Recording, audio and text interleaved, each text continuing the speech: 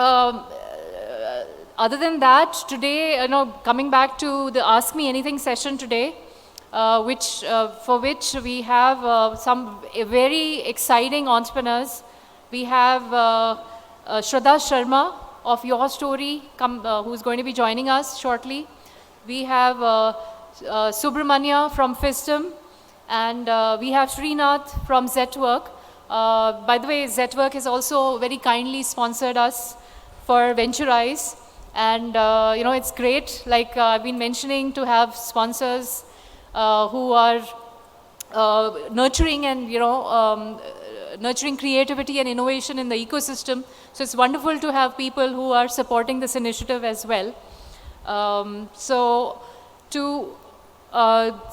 give you a brief about the participants, we have, I was planning to go over like alphabetically, but maybe I'll start with Srinath. So Srinath Ramakkrushnan is the co-founder at Zetwork, which is a B2B marketplace for manufacturing materials, and it is one of the latest entrants to the Unicorn Club.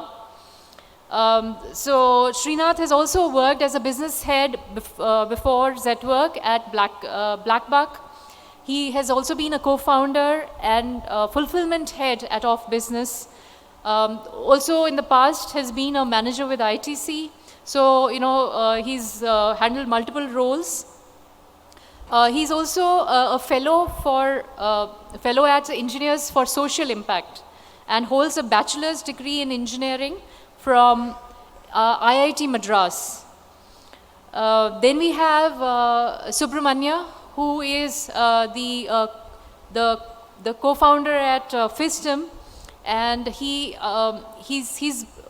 had a background of being a venture capitalist at Bessemer Venture Partners, where he led the firm's especially technology investments into India.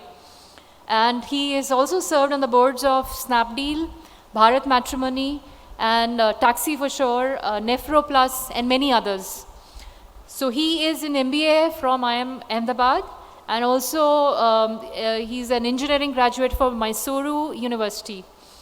So, I think we'll just start with these two. I think we'll wait for Shradha to come on the stage. I don't think Shradha needs any introduction, but I would like to now invite Srinath and Subramanya to please come on the stage and kick off the Ask Me Anything session.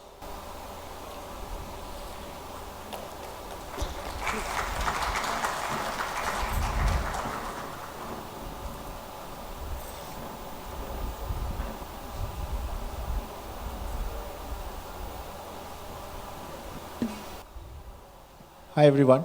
So this is an Ask Me Anything session. So I'm Subramanya. Hi everyone. Pleasure being here. My name is Srinath. So what we'll do is, please be ready with your questions. I will do the task of moderation till the time you guys start asking questions. So will someone around the mic?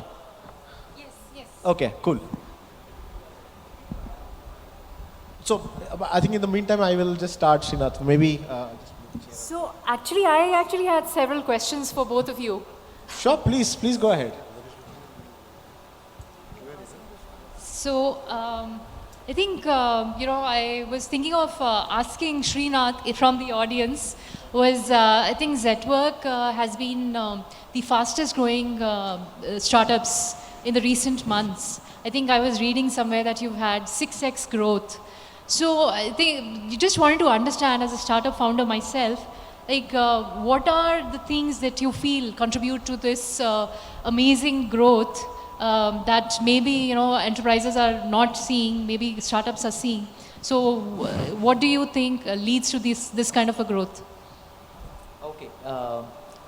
Before I come to the question, a little bit of background to what we do, what is the problem that we solve as a company, right? So Zetwork is basically a managed marketplace. It's a global source for manufacturing solutions for enterprise customers, both in India and outside India today.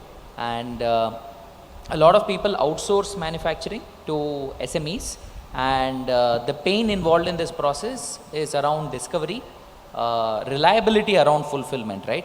Most of the times, what happens is when customers order parts from SMEs, there are delays or there are sometimes overcommits, under deliver kind of situations happen.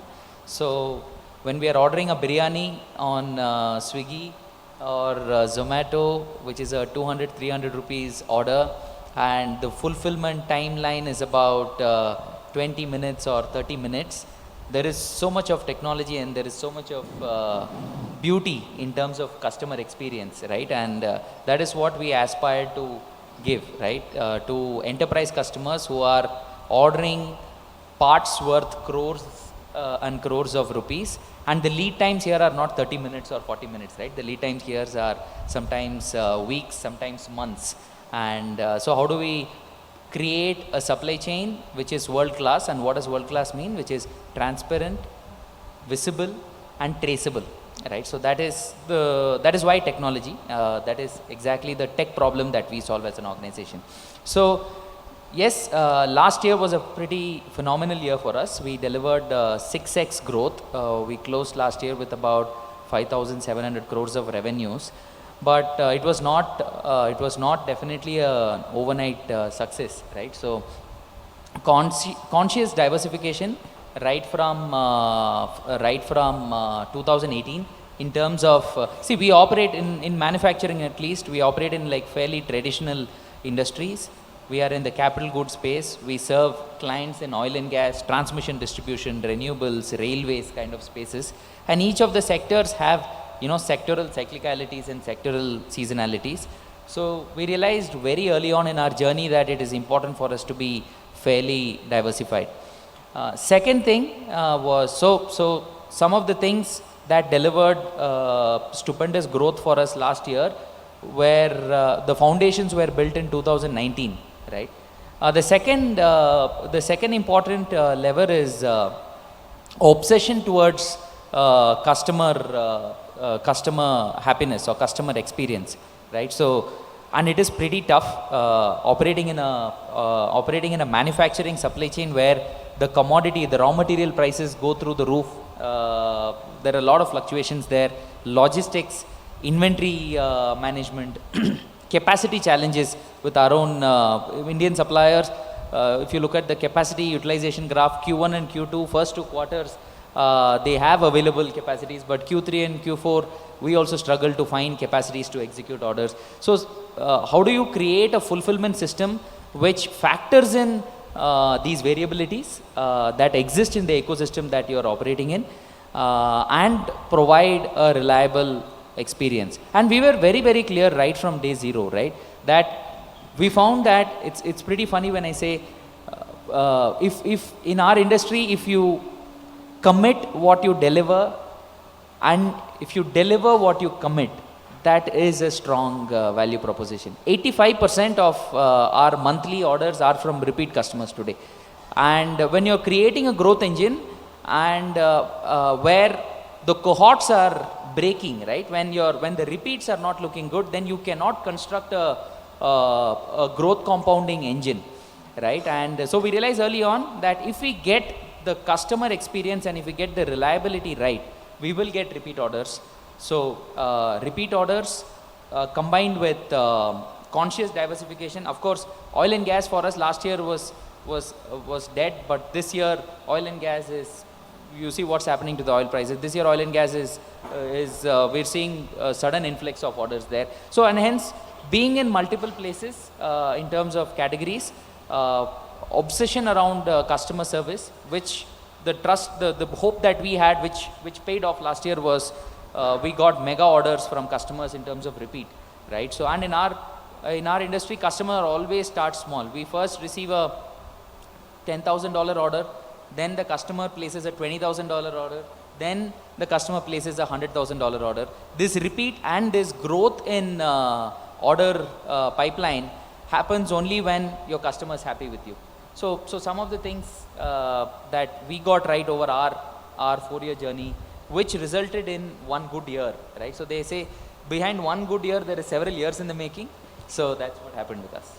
Right, that is so interesting, and I think I'm seeing this consistent theme of satisfying your customers' needs, delivering quality time after time, which requires a lot of patience also from the startups, because sometimes you would feel that the things are not like results are not being shown, and you're not seeing the hockey stick growth. So because you did work for 4 years before you saw all of this. So definitely this is a consistent theme with the with the great companies that I'm seeing. So thank you for that. And so I had a question for you, Subramanya. You had your funding recently in January. I think PayU was one of the lead investors. So I was wondering, and you've been an investor yourself with Bessemer Venture Partners. So like, so how is it to be on the other side, and what are some of the learnings that you've had in this round of funding that you would like to share with the startup founders? Yeah, sure. Thanks. So as of now, I've spent more time in my career as an investor than as an entrepreneur. I spent almost 9 years as an investor. I had the fortune of working with some amazing founders, entrepreneurs.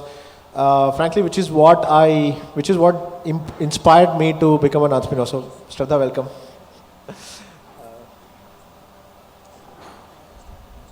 So, I come from as you can imagine from my name, I come from a very traditional South Indian middle class family which never thought of, no one had heard of business, no one had heard of B of business, right? So that's the kind of background, probably yours as well. But I think till 2012, I didn't think I'll be an entrepreneur.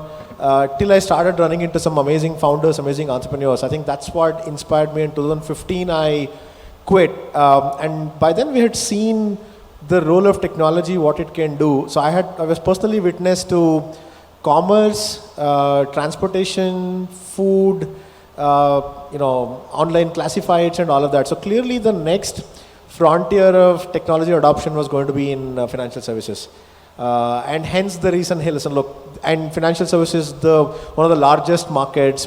The other realization was also that unlike, let's say, commerce companies like Zetwork, which can really scale in 4 years, it takes 15 years to build a financial services company. So when I quit in 2015 and said, look, I'm going to dedicate my next 15 years to building Fisdom, and we're down 6 years, so we have another several years to go. In terms of challenges and differences, of course, it's very different. Investing is a very thinking job. Entrepreneurship is a very doing job, so you have an action bias, versus investing is a very thinking bias. You're always thinking. Investing is also a funny job. You're paid to say no to 99 out of 100 companies that you meet. So your job is to hear their stories and just keep saying, no, I won't invest. It's a fun job. I keep saying that, I've said this before as well. Venture investing is the best job in the world, right? The only thing that trumps that of a successful,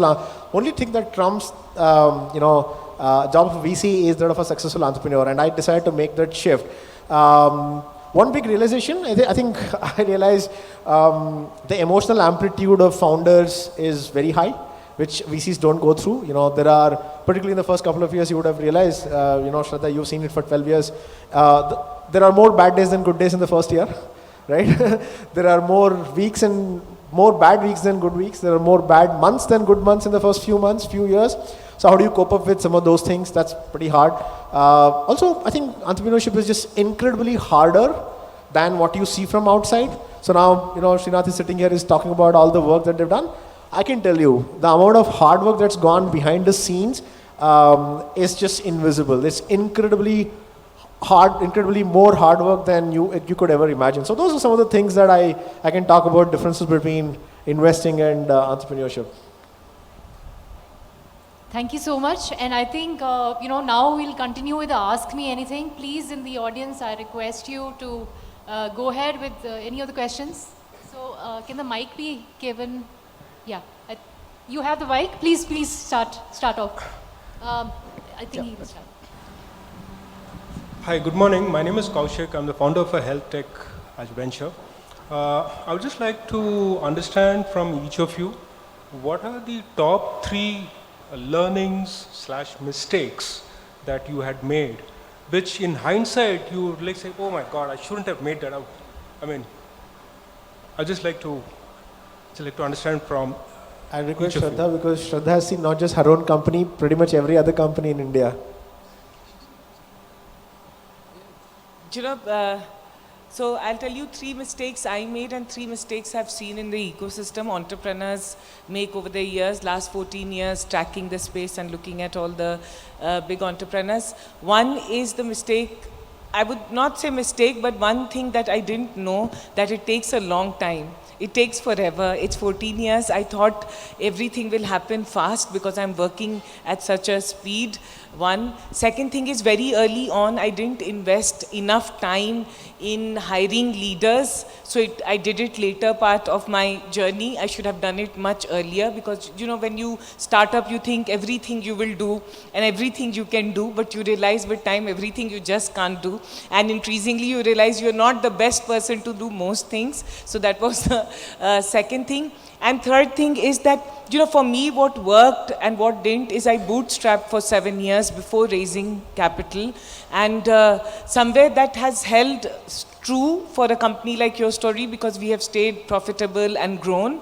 But it also made me a little conservative. So, you know, right now we see people spending a lot of money, but sometimes I wish I was more bold in spending because I was always looking at the profit and loss and looking that we have to be profitable. Sometimes you have to take risk. You have to be a very risk taker. And 3 things which I would say, looking at last 14 years, entrepreneurs who've succeeded and not. 3, you know, one, that most entrepreneurs who've succeeded, they are very good storytellers. I have realized, and in India, we don't value that. We think if our product is good, if our, you know, we get our market, and if we are working hard, and if we raise money, everything will be all right.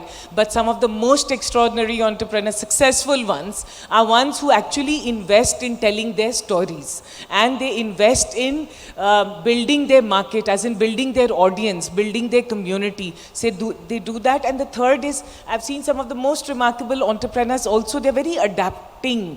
So, you know, they love their ideas, but they know if it is not working. So they're like chameleons. They will quickly change, quickly adopt, and quickly, you know, change their stories and survive. Right? Because sometimes I've seen entrepreneurs, they're so stuck up that this is my most powerful idea and I love it. So that also leads to downfall. So these are some of the things I've seen over the last 14 years. Thanks. I definitely resonate with the hiring problem, Shradha, and risk appetite for sure. Yeah, a little more nuance I would like to give, particularly around hiring, right? And why it is very important. There are 2 dichotomies that I would like to bring to the forum here. So, one, as an entrepreneur, when you're hiring in the initial days, there is this continuous battle between hiring for potential versus hiring for technical skills, right?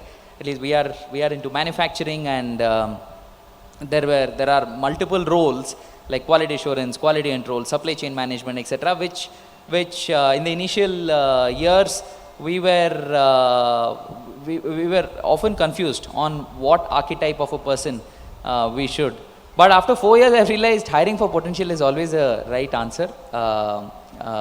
Of course, there is when you hire here and now, you get this initial rush of performance and results, but it tapers over time. So that's been my personal journey as someone who's continuously looking out for talent. Second is where do you this clear insight on what is the cost for your company and what is your investment for a company, right? And when you know this is investment, you actually spend fearlessly, right? So this is the phase, this is the time. Like today we have like a portfolio of 12 categories. There are categories which are mature, where of course we should not be burning money there. We should be driving profitability and cash flows there, free cash flows there. But there are categories which take its time, right? And when you are hungry right now, when you are impatient right now, or when you are scanty in terms of resourcing, they are not going to see the light of the day, or you're not going to really unleash the potential out of that, right? So things around this clear distinguishing what is a cost and what is an investment, and that is wisdom, and you keep getting better on this decision over time. And yeah, so these are couple of things that I wanted to add here. I think that's well put. I'll probably put it in a different way. I think a company has, depending upon what stage you are, there are 5 stakeholders. Like company like ours has customers, employees, shareholders, regulators, competitors. If you ignore the last 2, these are the 3 most important stakeholders: customers, employees, and shareholders. Your first, when it comes to customers, you want to make sure you go after very large profit pools, revenue pools, so that you can, every founder makes mistakes. There's just no founder who doesn't make mistakes, right? So when you go after large markets, it just gives you flexibility to make those mistakes. If you go after very small profit pools, customer bases, there's only so much you can do. So going after large customer bases, large profit pools is important.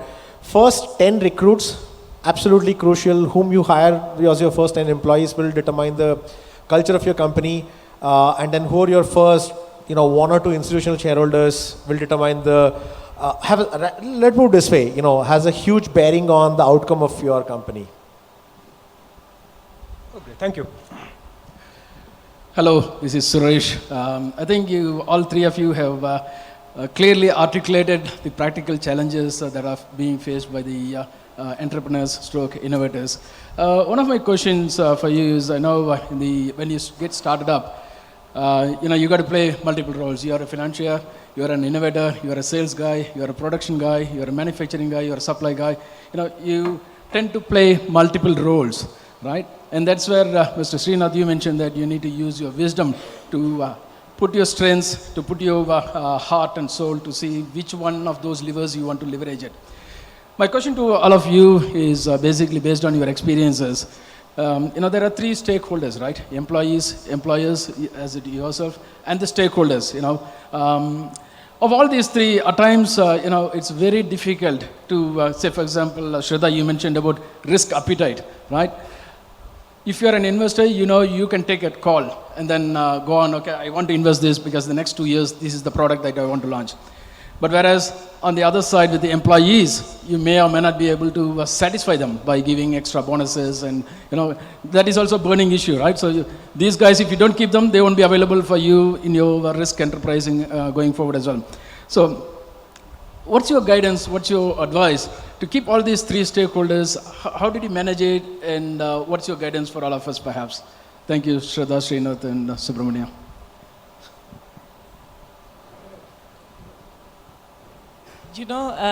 First of all, I know it will sound very funny, but it's very true. Being an entrepreneur and balancing is like being in a relationship. You can never, honestly I'm saying it, in a relationship it's never a straight line. You might be absolutely in love, but the other person will always feel that there is something missing, right? Like we all do, everyone in this room does. So there is no perfection.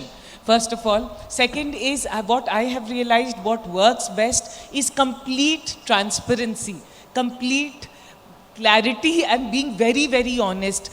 Honesty, people see, your employees will see. If you tell them, listen, I cannot give bonus, but 2 years down the line, 3 years down the line, if this works, then the ESOP or whatever you have, all of us will make money, right? And maybe the first 2 years will be hard. And if you think you cannot, and I can't satisfy maybe as a Flipkart will or all the very big funded companies will, then please go and work there, right? Because some employee might have to get married this year, they need more money and bonus. But I just think being honest, more often than not, I've realized people are very smart. And the youngsters today who are entering the market are very smart. They want to align to a purpose. If your purpose is very, very clear that we are going to make this happen, then anyone, I can tell you, will align with you. There'll be days they'll sunao you that, listen, you're not giving me like that, or you're not doing this, but that's all right, because you are in the ship together. Right? And I think that's why for entrepreneurs, my whole thing over the years has been, don't hide, just be very honest, be very open, just be yourself. Right? We don't have to pretend to be the know-all. There was a quote, not that it's the best example, but very early on I was very depressed once because I thought in my team, one of the young girls, she came and asked me that, Shradha, you only tell stories. You don't give money. You're a storyteller and you only tell stories and give us stories only, no money. So I felt so depressed. Then I read a book And in that book, it was Mark Zuckerberg. And it's a very interesting story because now he's one of the successful, and of course we can have a view on Facebook. But he said, it was about someone has written close to him that at the first round, when he got the first round of funding, he was very small. So he hired some very smart people because he thought that I'm young, I'm from college, graduate, I'm building, I've raised money. So he hired some very smart people. And then the smart people only started thinking, oh, he's actually quite useless as a CEO. So then they went inside a room and then they told the investors, we need to get a better CEO. And he had only hired them. And what he went and told his people? He did a town hall, he called everyone and he said, listen, all of you are creating history for the first time. All of you are working in this for the first time. Don't ever forget, I am also the first time CEO.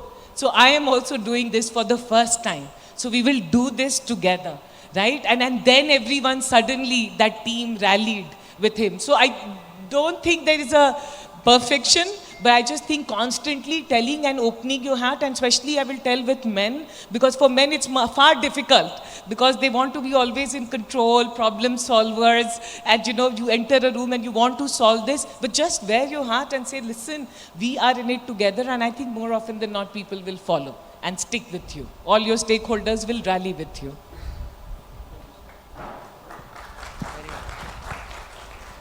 Yeah, Shradha, that was a wonderful story. Thanks for sharing that.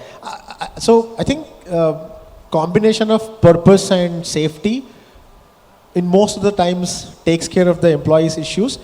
There'll always be some people who will not agree. And I keep saying this to my employees, we just completed our appraisal last week, is that there will always be another company which will pay you more than what you're getting here. And even if I pay the highest salary, there will still be one other company which will pay you more, right? So it is impossible for us to sort of reach a situation where we are the 99.9999 percentile, pay master. It's just impossible. I think being pragmatic and transparent about this is probably the best thing. I think at the core, the way that I see this, a company exists for customers, employees, shareholders. I mean, customers are at the core. The sequence of employees and shareholders changes depending upon how bad the markets are, right? As you can see, some of the companies are letting people go because shareholders are now more important, because otherwise they won't get the money. Otherwise, there's no company. If there's no shareholder, there's no company, right? So the customers are always at the center and the core. In a good time, when the company is doing well, employees come second and then come shareholders. If it is a bad time, company is not doing well, unfortunately the sequence changes a bit.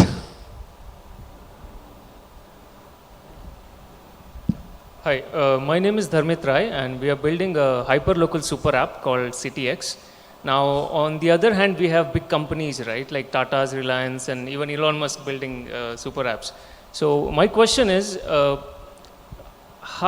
are the challenges a startup might face while building a scalable super app compared to, and what are your opinions on super apps in India compared to how we have in China, right? We have WeChat and Grab and stuff. So any thoughts on super apps?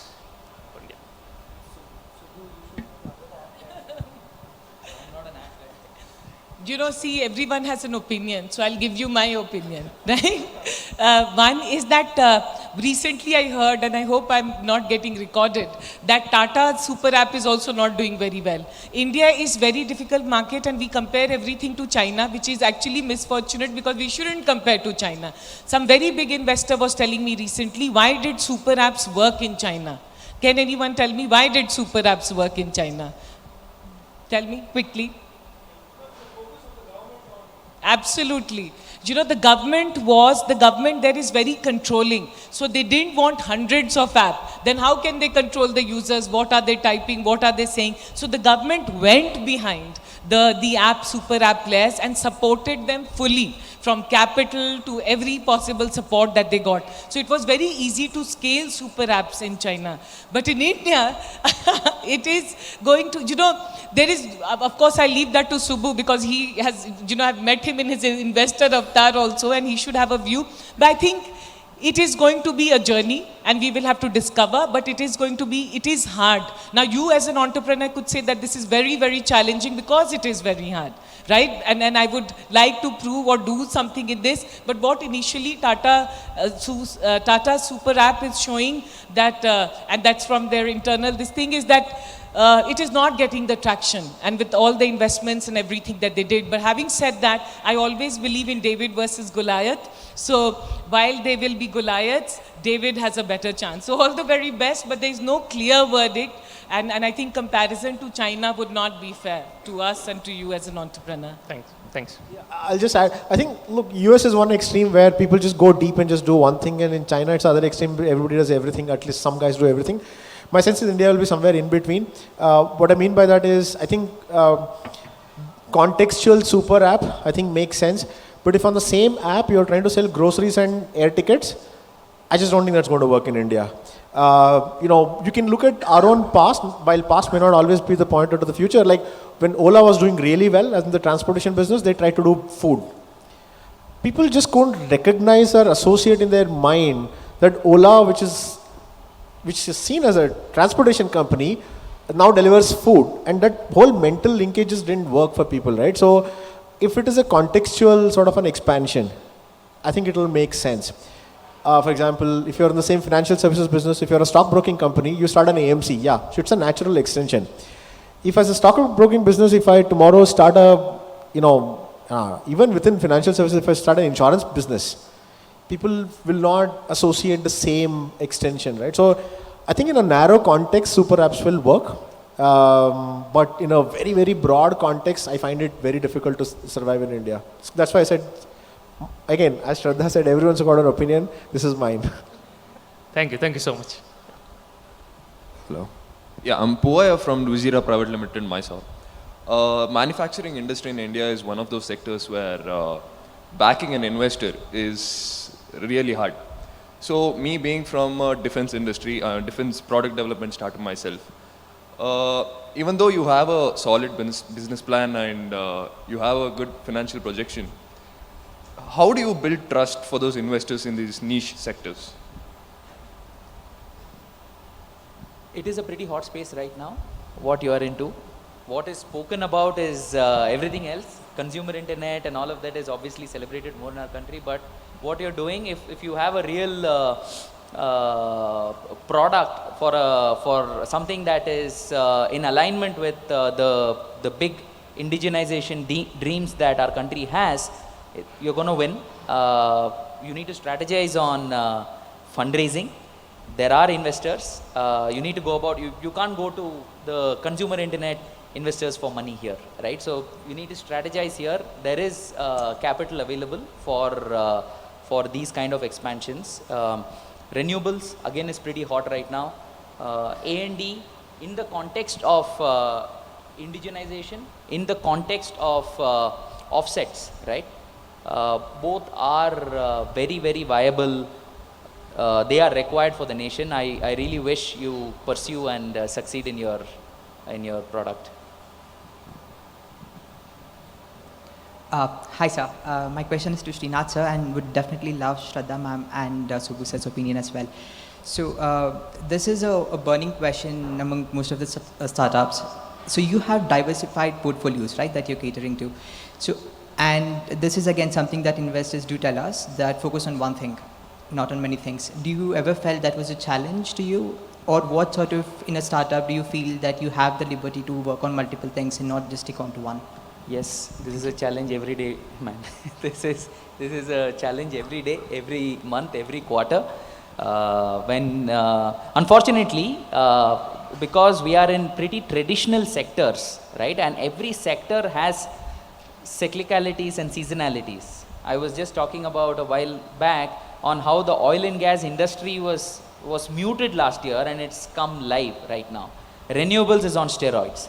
A&D, the gentleman we would love to collaborate with, product developers like him, right? So, and when you are a supply chain company, and when there is, you are in a pretty volatile ecosystem, and hence you cannot escape being a single sector company, right? Your balance sheet is going to go for a toss, depending on the macros that keep evolving year on year.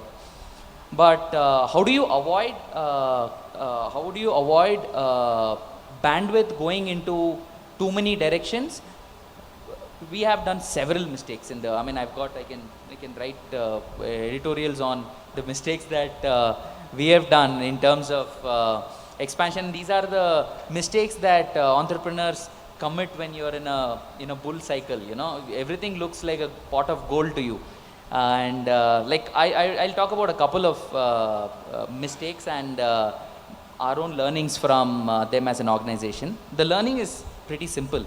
So one was we entered scaffolding as a category. Scaffolding, we saw India exports a lot of scaffoldings. There is very good supply in the southern part of India, also in Punjab. And we wanted to we built capacities, we built suppliers. And then we realized after 1 year of being onto this, that there was fundamentally a TAM issue.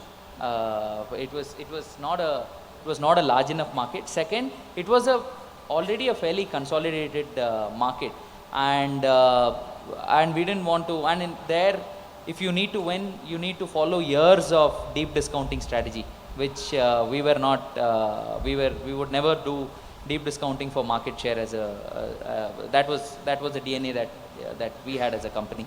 So similar learning in another area, in another product segment, and the learning is, as entrepreneurs, we always see the initial rush of the opportunity that is there, but we don't take a step back and actually see what does this mean for your company in the long term. How big is this really? Structurally, are there tailwinds in the market? And why do you really stand to win? You need to be intellectually honest on why can you win, right?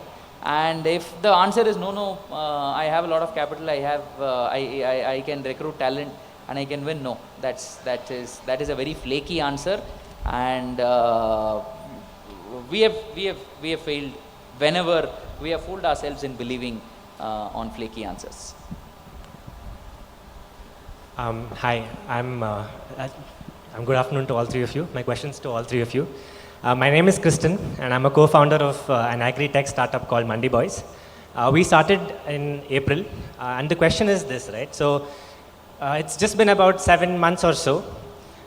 When we look for funding right now, they say come with a revenue sheet, as in you need to have some sort of a positive revenue. The problem is when we are starting off, it's really difficult to have a positive revenue sheet.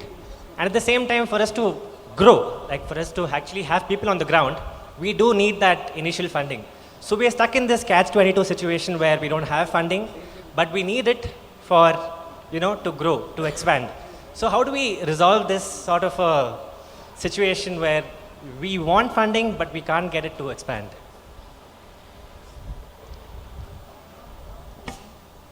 Look, very hard one, unless a little bit more context is available. But I think the way I would say is, frame the question is, if you are passionate about this and if you are committed to building this business with or without funding, you should just keep doing it, okay? It might, fundamentally your business should be such that funding should accelerate rather than, make it happen. So absence of funding means you would probably grow a little slower, which means instead of reaching that milestone in 3 months, you'll probably reach in like 9 months, 12 months, 8, 15 months, right? The reality is when you get to that stage, you will get lots of people coming to you and wanting to give you money. And also externally, you would have realized that this year is a tougher year than last year for raising capital. So lots of issues, media is full of those issues. So the business model should be such that I would suggest you to design the business model such that the absence of money will only slow you down rather than not even getting started, right? That's the way. Second is, final point is, maybe you should relook at who are the people whom you are going after. Maybe classical institutional VCs may not be the right people. Maybe you could raise an angel round because there are lots of angel platforms. So maybe you should look at alternative sources of capital than the usual VC world, because I can tell you the venture capital world is right now slow. Shradha knows better. Myself Shantanu, I am taking care of marketing of few of the law firms in India. Ease of doing business is the core word which we are going through last 2-3 years. But what is the actual scenario as per the 3 domain, as you all belongs from the 3 domain of same businesses? What is the actual scenario of ease of doing business as per compliances and as per the cultural en route and the geography wise in India?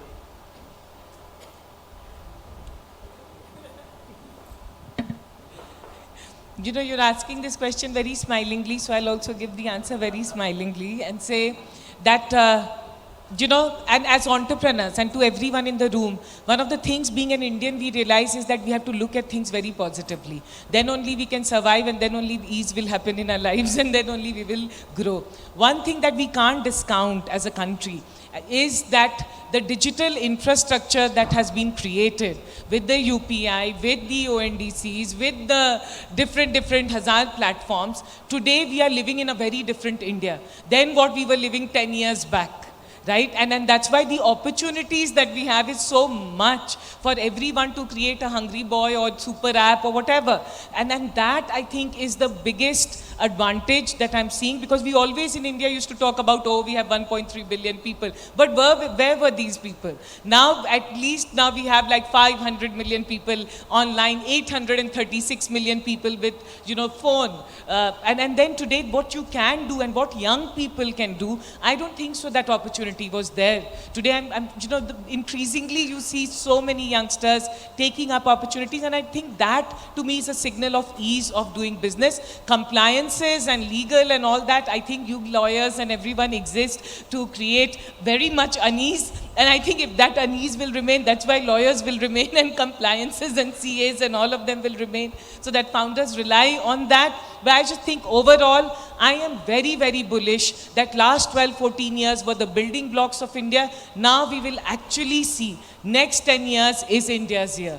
Nobody can take that from us. And also, you know, I was just so happy yesterday, Morgan Stanley report came, right? And that report is talking about that India is going to be the 3rd largest economy in the world. Right now we are the 5th, but 3rd to me is a huge thing. 20 years back, you know, growing up, we didn't think that we will be in this India. And today it is there. Having said that, is there complete ease and can we just relax? I don't think so. There are still some challenges, and I think that will remain. But I just think that I tell entrepreneurs and everyone, and whenever I go outside, and I say the best place to start up and be an entrepreneur is India. There is no other country in the world because of so many things going in our favor. And I think that is something that whenever we think like about the different challenges, then I think we have to see. You look at the 5G implementation. How many countries in the world have done the 5G? Most advanced countries, you go in Europe and everything, do they have 5G implementation? We have. Our Prime Minister is talking about 6G. Right? And we're like, sometimes I think the only thing I would request is that when we think, we also have to think that as Indians, my thing and including myself, we have never been very appreciative about all the things that are going for our country. You know, right now when we parked the car, I saw mud. I had to walk in the mud to come. But then the fantastic thing is that I was talking to Madan and he said that 18,000 people have registered. You know, one can dance in all the mud to come to an event where you get so many people, right? So it's how we look, and I would just urge, we all have to look at India as the best opportunity ground for us. Just adding to, of course, we're all optimistic entrepreneurs here. There is a view that you take, but even absolutely, right? I operate in the manufacturing space. Today we are present in 4 countries. We file taxes in US, we file taxes in India. Filing taxes in indirect taxation in India is actually way simpler, right? Particularly post GST, it's way simpler. I don't know how many of you in manufacturing would know, during the pre-GST era, we had this C-form business. Anybody remember the C-form business?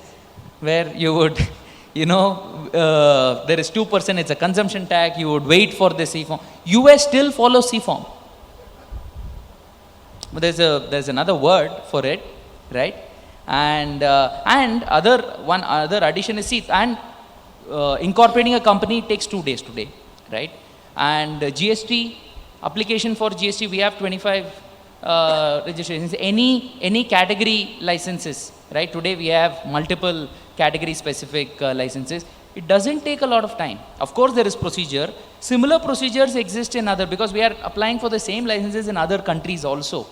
So I do not see, I mean, there is an impression that there is bureaucracy, there is but yeah, that is important. Bureaucracy needs to do its job. And as entrepreneurs, we need to be very, very intentional about creating a world-class compliant company.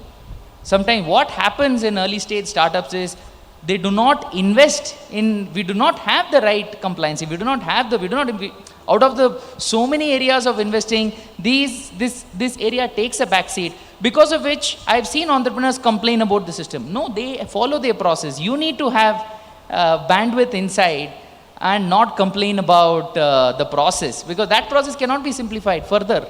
And most of it is today digital, right? Professional tax filing today, digital, right? So majority of this, and there is and these departments operate with a sense of customer centricity that I've seen like never before. So, and this is not just, of course, I'm an optimistic entrepreneur, but I'm also giving a reality check of how things are functioning today.